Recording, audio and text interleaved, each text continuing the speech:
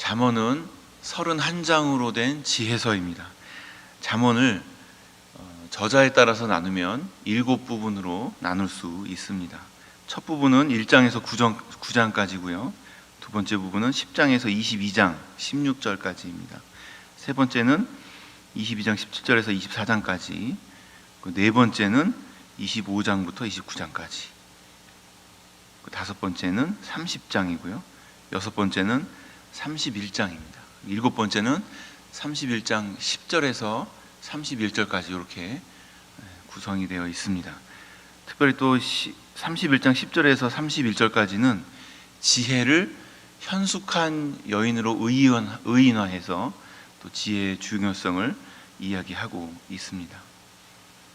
솔로몬이 11개에 의하면 한 3,000개 정도의 잠언을 남겼다고 합니다. 그 중에서 한 300~400개 정도가 잠언서를 통해서 오늘날 우리에게까지 전해지고 있습니다.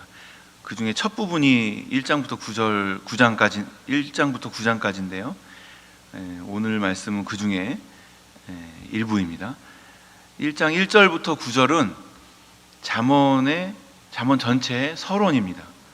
그리고 1장 10절에서 9장 마지막 절까지는 10개의 교훈이 등장합니다. 재밌는 것은 다 찾아보지 않으셔도 됩니다. 그냥 듣기만 하셔도 됩니다. 1장 10절부터 9장까지 나와 있는 이 10개의 교훈이 시작할 때 공통점이 있습니다. 1장 10절에는 내 아들아, 2장 1절에도 내 아들아, 3장 1절에도 내 아들아, 4장 1절에도 아들아, 아들들아 이렇게 있습니다. 5장도 그렇고 6장도 그렇고 내 아들아 이렇게 시작합니다. 오늘 말씀이 7번째 말씀인데요. 역시 내 아들아 이렇게 부르면서 시작합니다. 7장도 내 아들아 이렇게 부릅니다. 8장 1절에는 지혜가 부르지 아니하느냐, 9장 1절에는 지혜가 그의 집을 짓고 이렇게 시작합니다. 이렇게 10개의 교훈이 잠언의 첫 부분에 담겨 있습니다. 오늘 말씀도 역시 내 아들아 이렇게 아들아 부르면서 시작하는데요. 우리가 보통 누구하고 이렇게 대화를 할 때 중요한 얘기를 시작하면서 이렇게 꼭 얘기하죠. 야, 얘기 좀 들어봐 이렇게 부르잖아요. 그런 의미라고 생각하시면 좋을 것 같습니다. 중요한 가르침을 전하려고 집중시키기 위해서 부르는 것입니다. 21절에 보면요, 내 마음에 새기며 내 목에 매라 이렇게 기록하고 있는데요. 이 말은 아버지의 명령과 어머니의 법을 마음 깊이 새기고 목에 매어 항상 기억하라는 뜻입니다. 마음은 생각과 행동을 만들어내는 것이고 목은 생명의 상징입니다. 그러니까 지혜를 마음에 새기고 목에 매라는 것은 결국 지혜를 붙들고 생명을 지켜내라는 의미가 깔려 있는 것입니다. 그것을 22절에 자세히 풀어놓았습니다. 아버지의 명령과 어머니의 법을 기억하고 지킬 때 얻는 세 가지 유익을 설명하고 있습니다. 인도, 보호, 동행입니다. 동시에 어떤 상황에서 지혜가 이런 역할을 감당하는지 그런 이야기까지 설명하고 있습니다. 우리가 걸을 때, 잘 때, 깰 때 지혜가 역할을 한다는 것입니다. 걸을 때, 잘 때, 깰 때는 결국 인생 전체를 의미하는 것입니다. 즉 모든 상황과 형편을 나타내는 표현입니다. 그러니까 다시 말하면 지혜가 우리의 모든 상황과 형편 속에서 인도하고 보호하고 동행한다는 것을 의미합니다. 23절은 아버지의 명령과 어머니의 법을 기억해야 하는 이유를 설명하고 있는데요. 명령은 등불이요, 법은 빛이요, 훈계 책망은 곧 생명의 길이기 때문에 기억하고 순종하라고 말씀합니다. 인생을 어두운 길로 비유합니다. 어두운 인생길을 걸어가는 우리를 인도하고 보호하고 동행하여 생명의 길로 인도하는 것이 바로 지혜라고 교훈하고 있습니다. 이렇게까지 중요함을 강조하는 지혜는 구체적으로 어떤 내용일까요?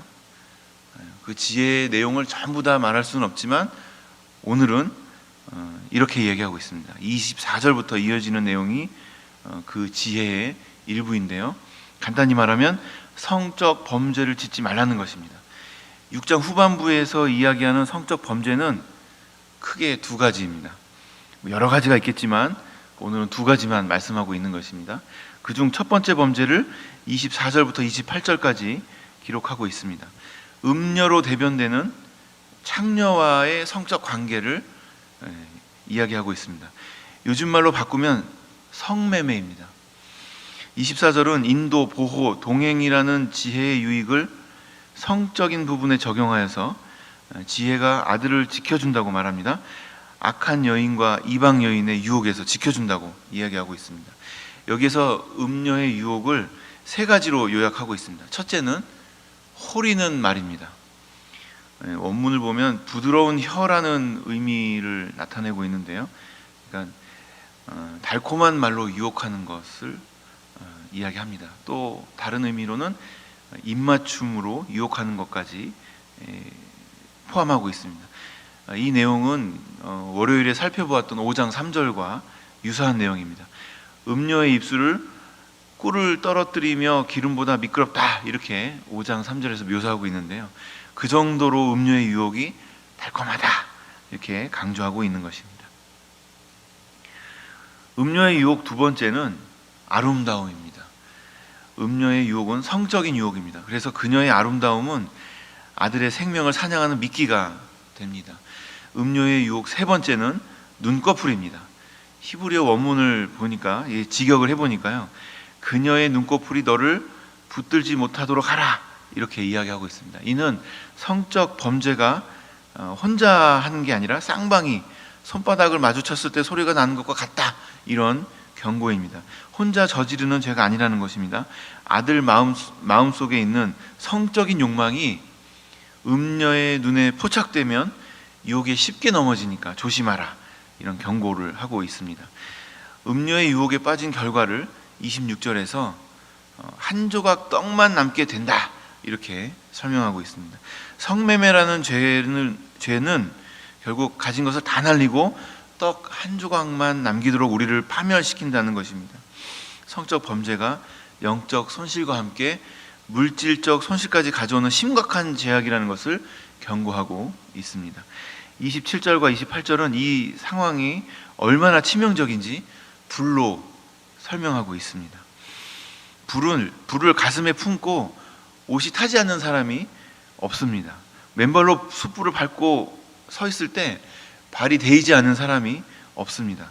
간음은 이 정도로 우리를 파멸시킨다고 설명하고 있습니다. 24절부터 28절까지가 성매매에 관한 경고라면 29절부터 35절까지는 다른 사람의 아내와 성적인 관계를 맺는 간통죄에 관한 경고입니다. 29절에서 남의 아내와 통간하는 자도 이와 같을 것이라, 이렇게 말함으로써 간통하는 자도 음녀와 간음한 자와 같이 맨발로 숯불을 밟고 선 것과 같은 결과를 맞이한다고 강조하고 있습니다. 그런데 아버지는 남의 아내와 간통하는 죄의 결과와 손실에 대해서 보다 더 자세하게 설명합니다. 먼저 남의 아내를 만지는 자마다 벌을 면하지 못하리라, 이렇게 경고하고 있는데요. 간통의 범위를 더 엄격하게 설명하고 있는 겁니다. 음녀보다 남의 아내에 대한 설명에서 더 엄격하게 하는 것은 간통이 두 가정을 파괴하는 범죄이지 않습니까? 그래서 가정은 이렇게 더 강하게 설명하고 있는 것입니다. 가정은 하나님이 이 세상을 창조하실 때 설계하신 인간 사회의 기초입니다. 그래서 가정은 창조 질서의 토대가 되는데, 그렇기 때문에 어느 시대 어느 나라든지 가정이 무너지면 사회 질서가 무너지고 나라가 흔들립니다. 역사적으로 볼 때 음란이 극에 달한 나라 치고 오래 지속된 나라가 없습니다. 가정이 파괴된 사회는 질서가 무너지고 힘을 가질 수 없기 때문입니다. 그래서 남의 아내와의 통관을 더 심각하게 보는 것이고 그 결과도 더욱 힘든 상황이 뒤따른다고 설명하고 있습니다. 간통죄의 결과는 첫째, 경제적 손실이 따라옵니다. 30절, 31절은 도둑질을 하다가 들킨 도둑이 변상하는 규례를 언급하면서 남의 아내와 관계 맺는 자는 자신의 소유를 모두 내어준다고 경고하고 있습니다. 잠언 9장 17절에서 미련한 여인이 행인을 유혹하면서 도둑질한 물이 달고 몰래 먹는 떡이 맛있다 이렇게 말하고 있는데요. 남의 아내와 통관하는 범죄가 얼마나 자극적인지를 강조하고 있는 것입니다.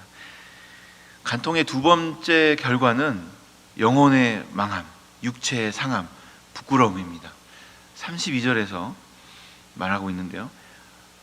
망하게 한다고 하는 것이 어떤 거냐면 그 단어를 살펴볼 때 전쟁에서 적군에 의해 완전히 초토화되는 상황에서 사용되는 단어입니다.